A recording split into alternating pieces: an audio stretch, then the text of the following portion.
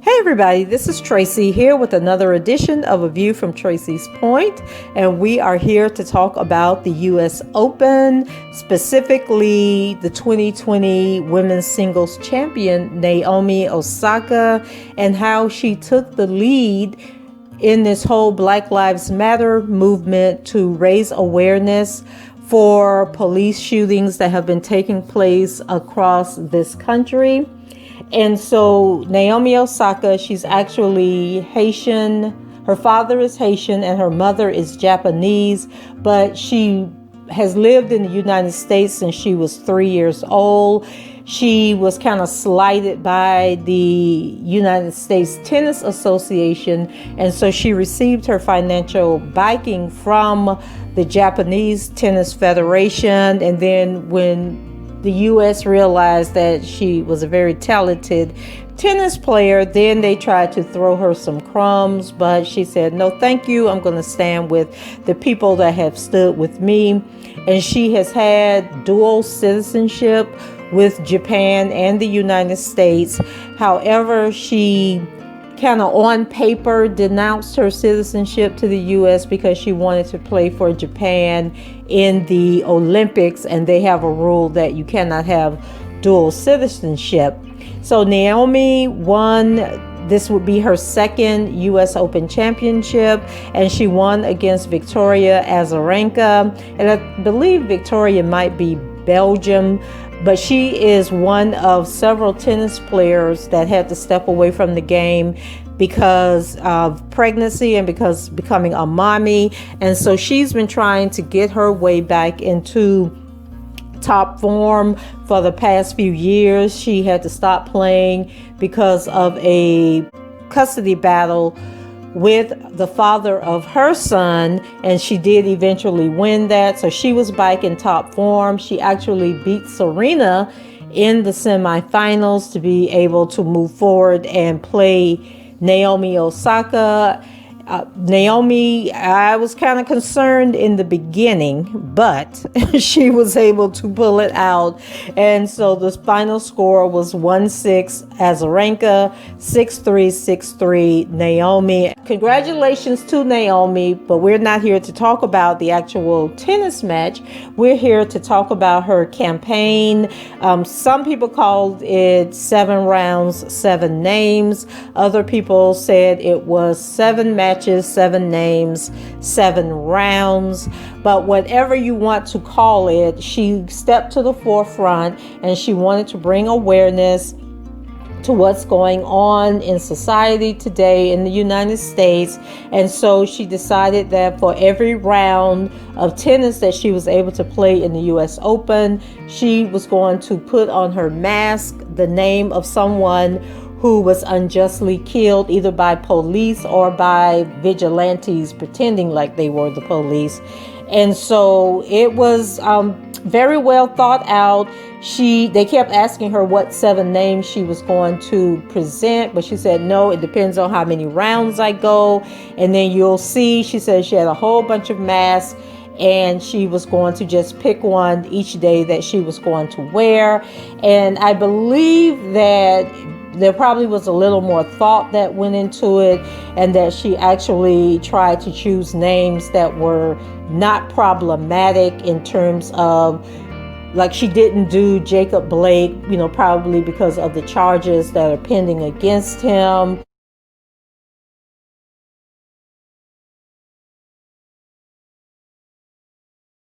And so I think she was thinking about things like that. Mike Brown had controversy around what happened in his situation. She pretty much stayed away from those type of cases. If you don't follow tennis, there are 7 rounds in a major to get to the championship. And so she was able to display all of the masks that she had. And so before we get into talking about the masks, the whole idea was to raise awareness. She didn't talk about the specific cases, but I'm going to talk about them here. She basically wanted people to see the name because, they consider tennis like a predominantly white sport. It's an international sport. There weren't a lot of other players out there who were supporting what she was doing. Francis Tiafoe was one. He's an African American, but he's from Washington, D.C. And when he came out, during his, I think he made it 4 rounds, he always wore a Black Lives Matter mask on his face. I believe that Serena didn't really participate because of her religion. I know a lot of times, she doesn't get into the political arena because she's Jehovah's Witness, and I think it's probably the same thing with Black Lives Matter. She just doesn't get out there. Although her husband, I must say, who is the founder of Reddit, he actually, when the George Floyd case, presented itself, he actually gave up his seat on the board of Reddit so that a African American could be named to the board, because he realized he's part of the problem. He has this all-white board. They really aren't reaching out to the Black community. So that was what he wanted to contribute to the movement and to the momentum of the movement. But I really haven't seen that much from Serena. She may have said that, she's of course against what's happening, but as far as making a statement, making a stand, using her platform, I really haven't seen that much. I'm not going to say that she hasn't done anything. I'm just saying that I haven't seen it. Naomi did her 7 names.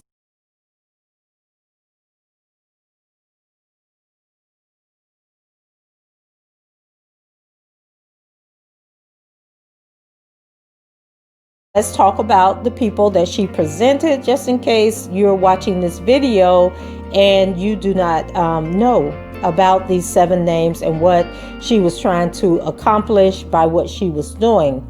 So on round 1, we had Breonna Taylor. So Breonna Taylor is a 26-year-old African-American woman who was an emergency medical technician. She was fatally shot by a police officer with the Louisville Metro Police Department.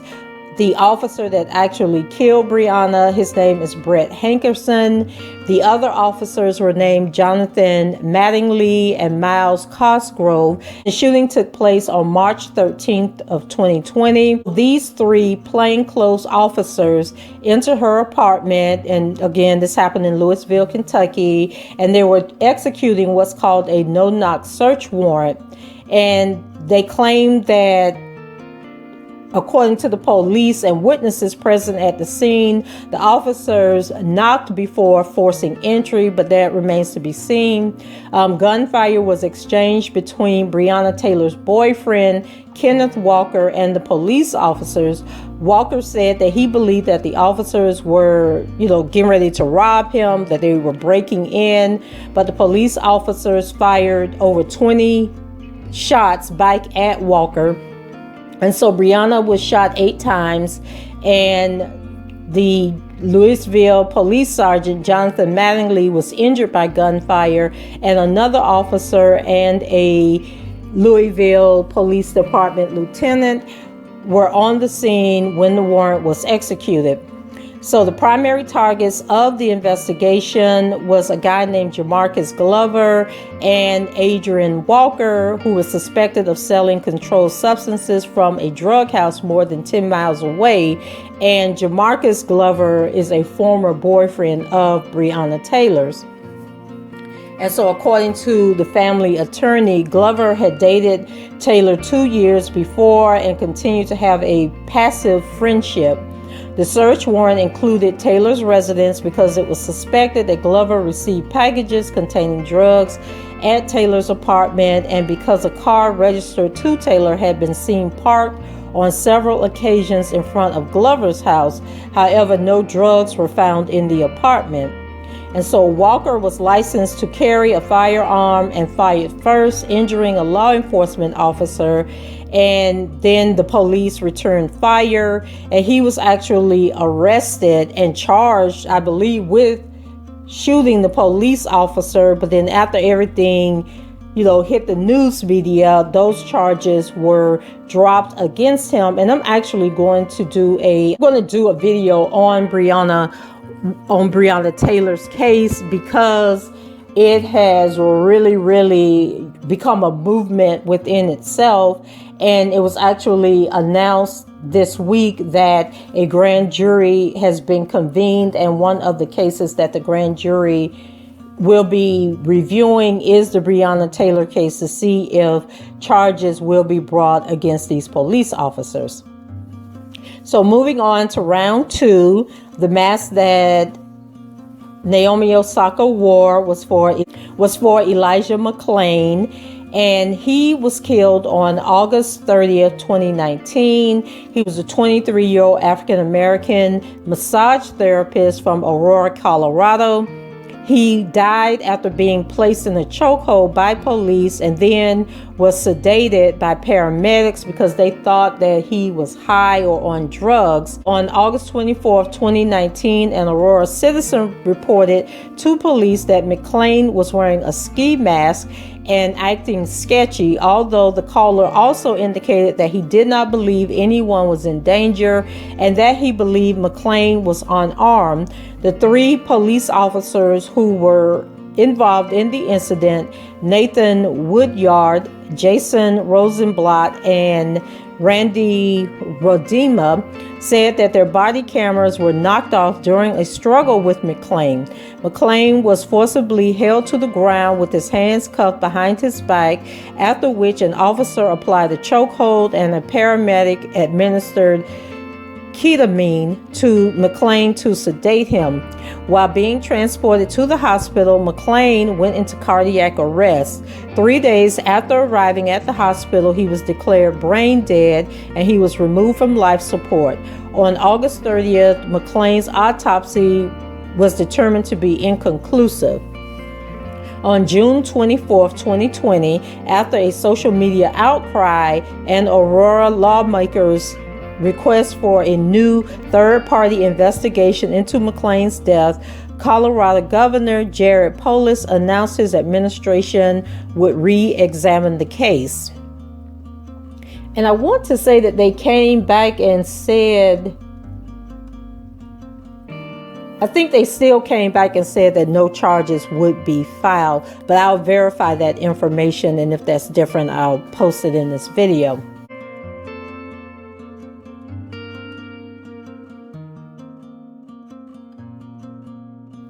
And Elijah McClain was remembered as a very soft-spoken young man who had a bit of shyness. And to be honest with you, I have a daughter that has autism.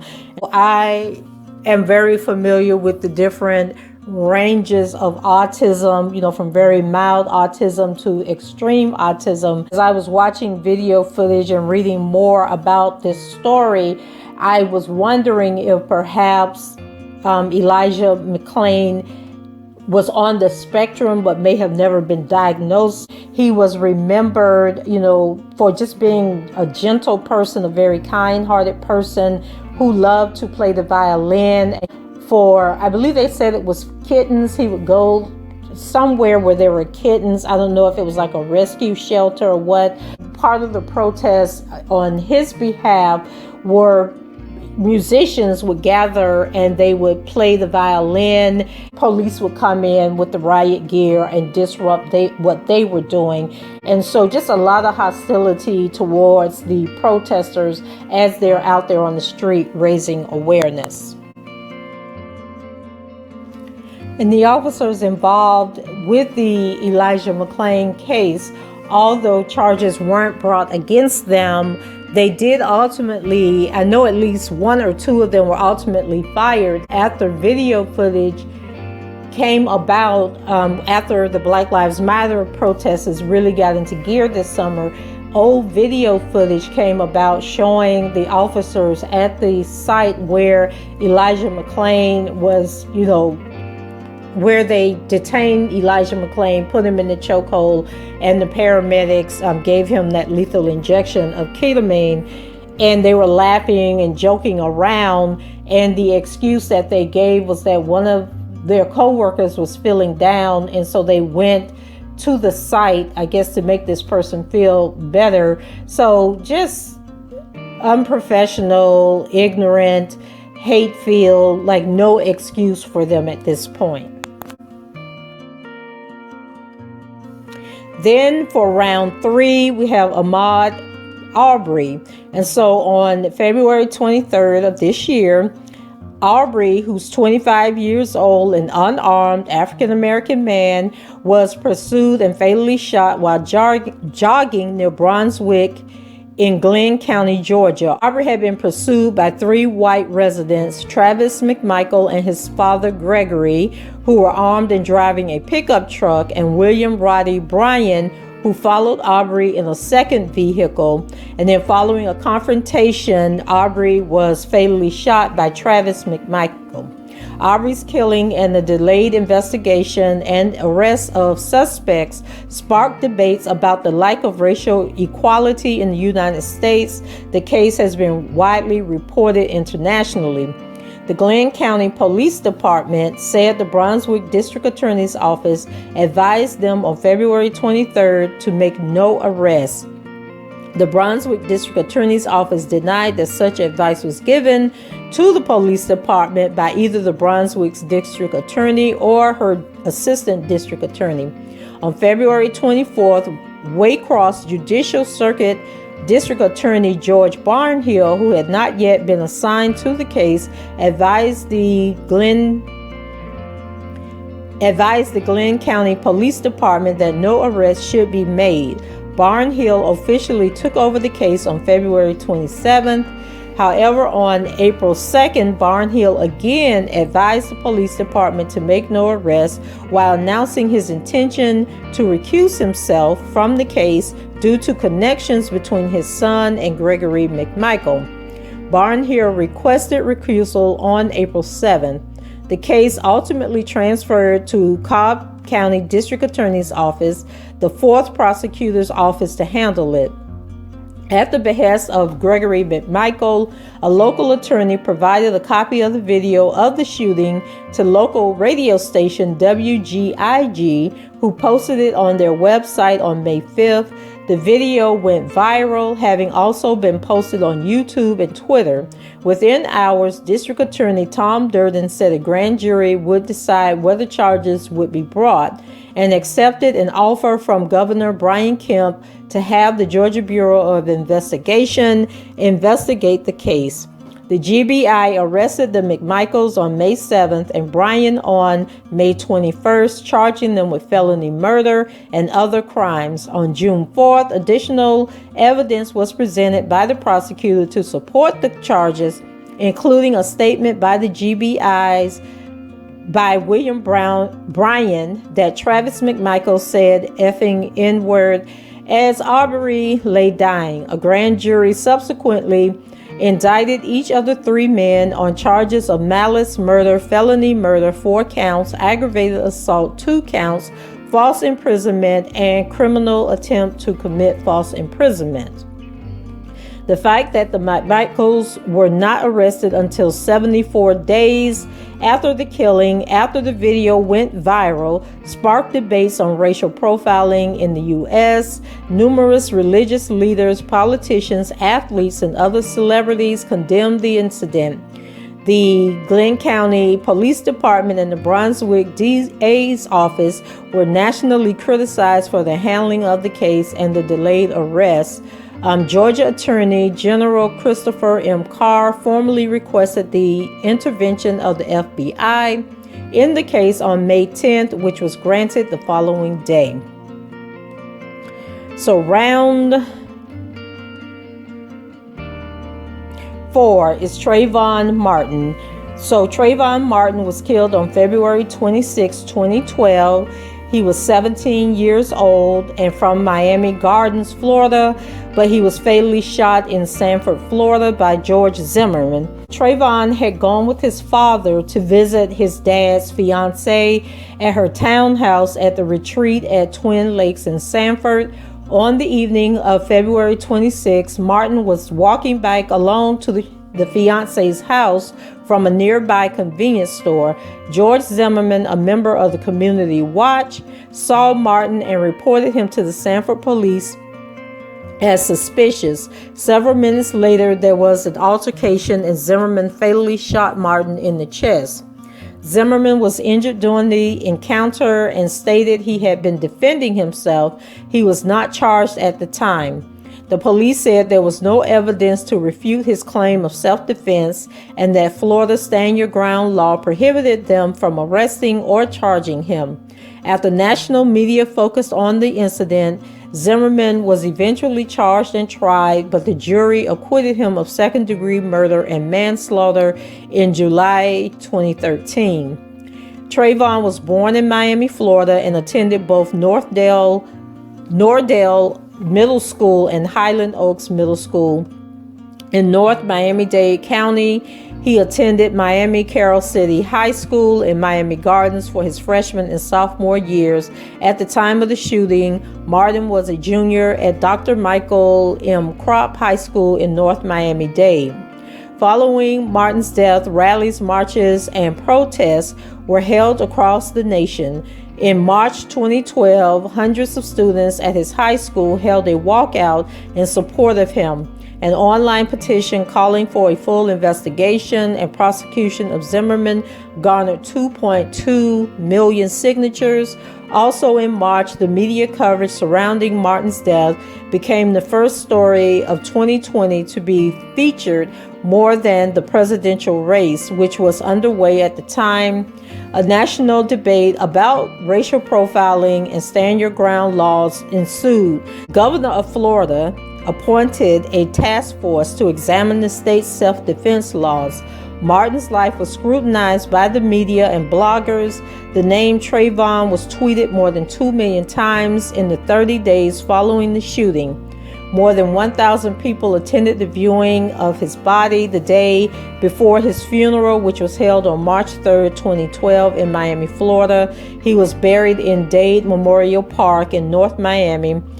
A memorial was dedicated to Martin. The Goldsboro Westside Historical Museum, a Black History Museum in Stanford in July 2013.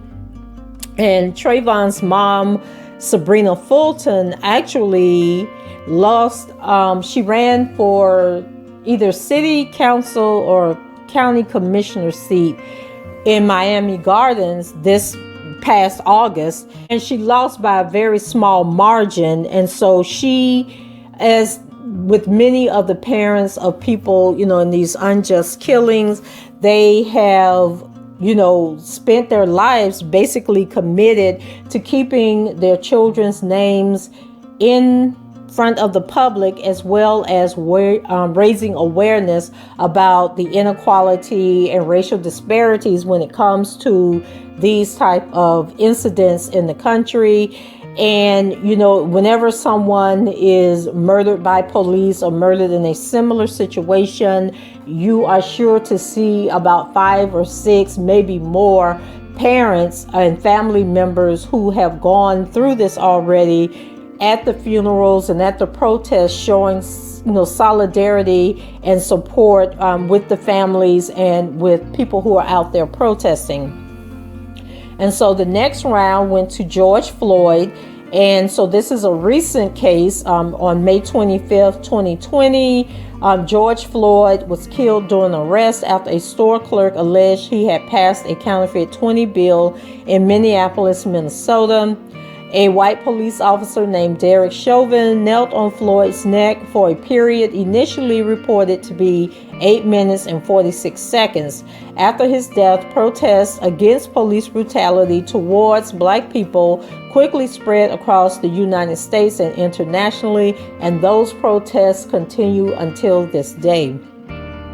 Born in Fayetteville, North Carolina, Floyd grew up in Houston, Texas, playing football and basketball throughout high school and college. He was a hip-hop artist and served as a mentor in his religious community between 1997 and 2005. In 2014, he moved to the Minneapolis area, residing in the nearby suburb of St. Louis Park, and worked as a truck driver and bouncer. In 2020, he lost his security job during the COVID-19 pandemic.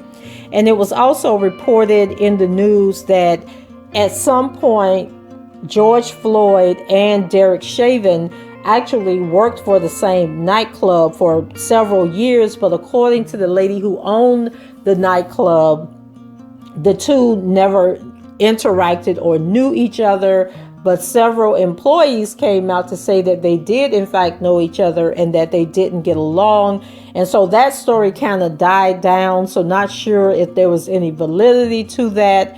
Although Derek Chauvin received the most severe charges, the three other officers that were also arrested in George Floyd's death were saying that, according to, documentation from interviews and from the police report, they claimed that there were several times that they said to Derek Chauvin, who was the veteran and who was also their trainer, because two of them had only recently become police officers and they were still in training, and they had questioned him if they needed to get George Floyd up, if they needed to turn him over, but Derek Chauvin said no, don't.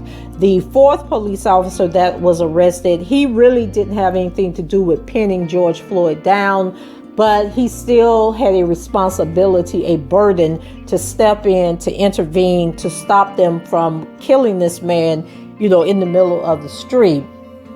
And what else came up with and then George Floyd, his situation, international attention. He actually had 4 funerals, celebrities, ministers, politicians, from all over the world attended, gave speeches. And so his funeral, like I said, is what kicked off these summer protests that brought more attention to the Breonna Taylor case, the Ahmaud Arbery case, and so those protests continue. So then the next round goes to Philando Castile. So on July 6, 2016, 32-year-old Philando Castile was fatally shot during a traffic stop by police officer Geronimo Yanez, a 28-year-old Hispanic member of the St. Anthony, Minnesota Police Department. Castile was driving with his partner, Diamond Reynolds, and her 4-year-old daughter when at 9:00 p.m. he was pulled over by Yanez and another officer in Falcon Heights, a suburb of St. Paul, Minnesota. After being asked for his license and registration, Castile told Officer Yanez that he had a firearm. Castile was licensed to carry, and Yanez replied, don't reach for it. And Castile said, I am reaching for, and then Yanez said, don't pull it out. Castile replied, I'm not pulling it out. And Reynolds said, he's not. Yanez repeated, don't pull it out. Yanez then fired 7 close round shots at Castile, hitting him 5 times. Castile died of his wounds at 9:37 p.m. at Hennepin County Medical Center about 20 minutes after being shot. Reynolds posted a live stream video on Facebook in the immediate aftermath of the shooting, and the incident quickly gained national interest. Local and national protests formed, and 5 months after the incident, Yanez was charged with second-degree manslaughter and 2 counts of dangerous discharge of a firearm. After 5 days of deliberation, he was acquitted of all charges in a jury trial on June 16, 2017. After the verdict, Yanez was immediately fired by the city of St. Anthony. Wrongful death lawsuits against the city brought by Reynolds and Castile's family were settled for a total of $3.8 million. The St. Anthony City Council voted to pay $675,000 to Diamond Reynolds and her daughter, who was 4 years old when her father was killed. Reynolds will receive $125,000 from the League of Minnesota Cities Insurance Trust and the City of Roseville, where Reynolds was detained by police and questioned by the State Bureau of Criminal Apprehension after the shooting. Indictment Reynolds and her 4-year-old daughter were pivotal because they, of course, were in the car when all of this happened. But after the shooting, Reynolds and her daughter were placed in a police car, while the investigation was going on. And I believe they were in this police car for hours, and she was continuing to record. And I believe also the police cruiser was recording, and you could see the 4-year-old daughter consoling her mother and telling her mother that everything was going to be all right. And so that gained worldwide attention, that this little girl who had just witnessed this murder was still able to remain calm and to assure her mother that everything was going to be okay. And then for round 7, which was today, Naomi Osaka wore the name of Tamir Rice. And so Tamir Rice was a 12-year-old little boy, African American, and he was killed in Cleveland, Ohio on November 22nd, 2014. And the officer that killed him was Timothy Loman, a 26-year-old white police officer. Rice was carrying a replica toy gun. Loman shot him almost immediately after arriving on the scene. 2 officers, Loman and 46-year-old Frank Garmbach, were responding to a police dispatch call regarding a male who had a gun. A caller reported that a male was pointing a pistol at random people at the Cudell Recreation Center, a park at the City of Cleveland's Public Works Department. At the beginning of the call and again in the middle, he says of the pistol, "It's probably fake." Toward the end of the 2-minute call, the caller states that, quote, "He is probably a juvenile," end quote. However, this information was not relayed to officers Loman or Garmbach on the initial dispatch. The officers reported that upon their arrival, they both continuously yelled, "Show me your hands," through the open patrol car window. Loman further stated that instead of showing his hands, it appeared as if Rice was trying to draw. Quote, "I knew it was a gun and I knew it was coming out," end quote. The officer shot twice, hitting Rice once in the torso, according to Judge Ronald B. Adrian. On the video, the zone car containing patrol officers Loman and Garmbach is still in the process of stopping when Rice is shot. Rice died the following day. Rice's gun was later found to be an airsoft replica that lacked the orange-tipped barrel, which would have indicated it was a toy gun. A surveillance video of the incident was released by the police 4 days after the shooting on November 26. On June 3, 2015, the Cuyahoga County Sheriff's Office declared that their investigation had been completed and that they had turned their findings over to the county prosecutor. Several months later, the prosecution presented evidence to a grand jury which declined to indict, primarily on the basis that Rice was drawing what appears to be an actual firearm from his waist when the police arrived. A lawsuit brought against the city of Cleveland by Rice's family was subsequently settled for $6 million. In the aftermath of the shooting, it was revealed that Loman, in his previous job as a police officer in the Cleveland suburb of Independence, had been deemed an emotionally unstable recruit and unfit for duty. Loman did not disclose this fact on his application to join the Cleveland Police, and the Cleveland Police never reviewed his previous personnel file before hiring him.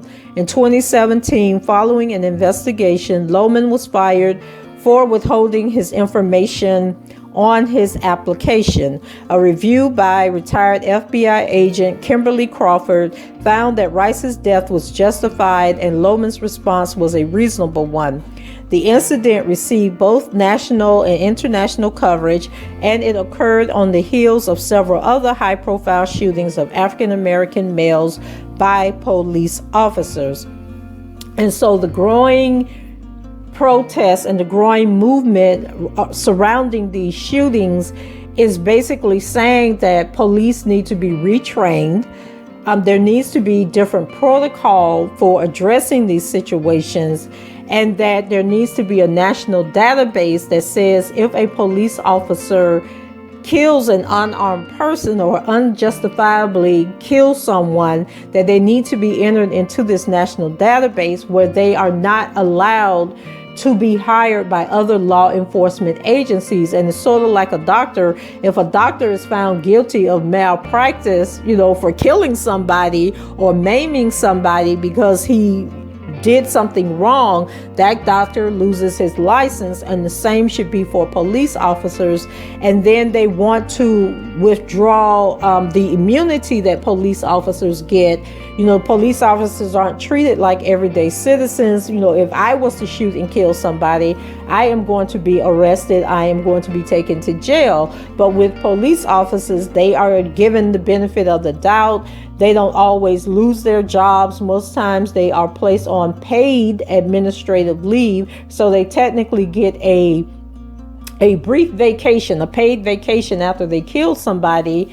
And then also police don't have to give a statement right away. I believe in some instances, a police can wait up to 14 days before giving a statement.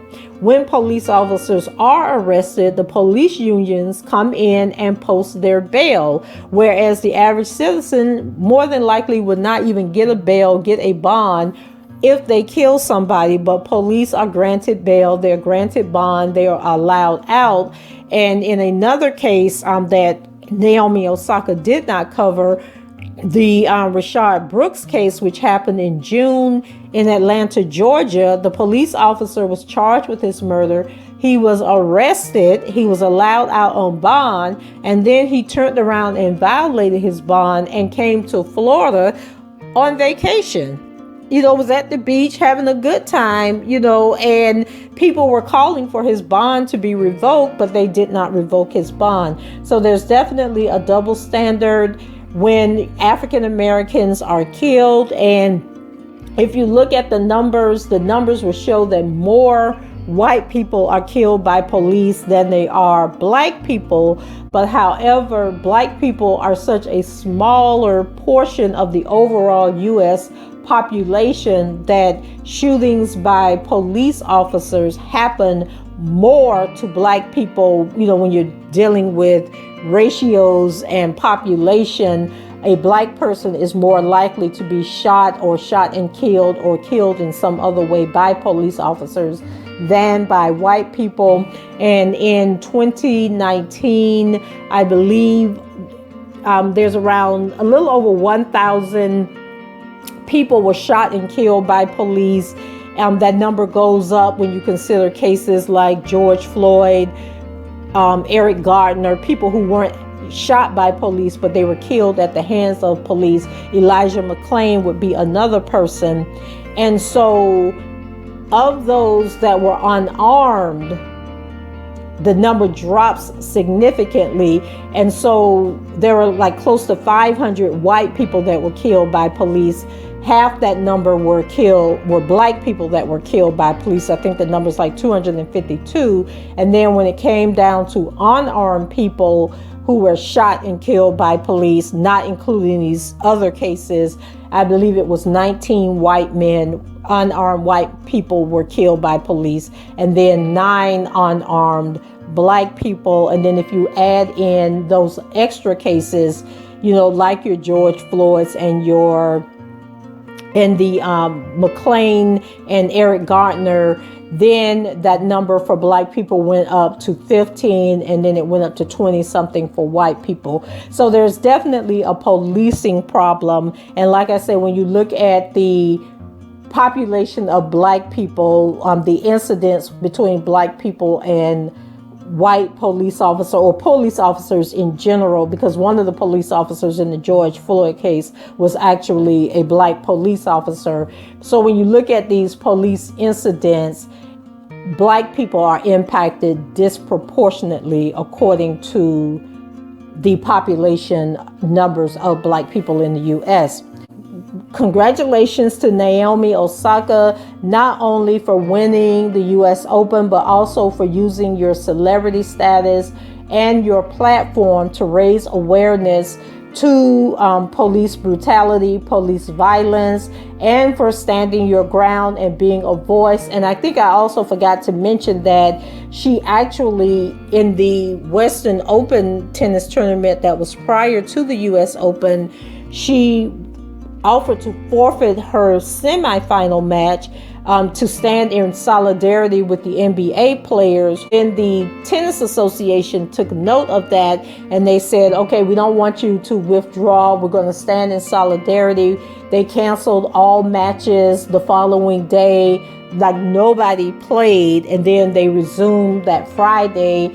But then Naomi withdrew from the championship. She played her semifinal match and won, was supposed to play in the championship for the Western Open, but she sustained a injury to her hamstring, and so she forfeited that match to Victoria Azarenka, who she defeated in the US Open final today. So kudos to Naomi Osaka, kudos to Frances Tiafoe, who also made a statement with the Black Lives Matter mask. And then also Naomi Osaka's boyfriend, who is a rapper. And so now he's just Corday. So he has been instrumental in helping Naomi get her message out. They traveled to Minnesota and participated in one of the protests that took place there. So kudos to everybody on the front line, especially celebrities, and especially Naomi Osaka and Frances Tiafoe, who play in a sport that is international and who their competitors really don't have a dog in this fight, really probably could care less what's going on in the U.S. They only come to the U.S., to play tennis matches, and then they fly back home. And so they said that they supported their efforts and they applauded them. But when Frances Tiafoe tried to do something earlier this year, where him and his girlfriend, who also plays tennis, they had a put down the racket, put your hands up movement that they tried to start, but it didn't go very far because only a couple of the tennis players agreed to participate and do the videos with them. And so that kind of died down pretty quickly. So that's it for me. Leave your comments below, rate the video, and subscribe to the channel if you haven't done so already. And until the next time, I shall talk to you guys later. Bye-bye. Hello, everyone.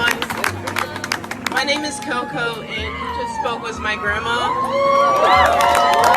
And I think it's sad that I'm here protesting the same thing that she did 50 plus years ago.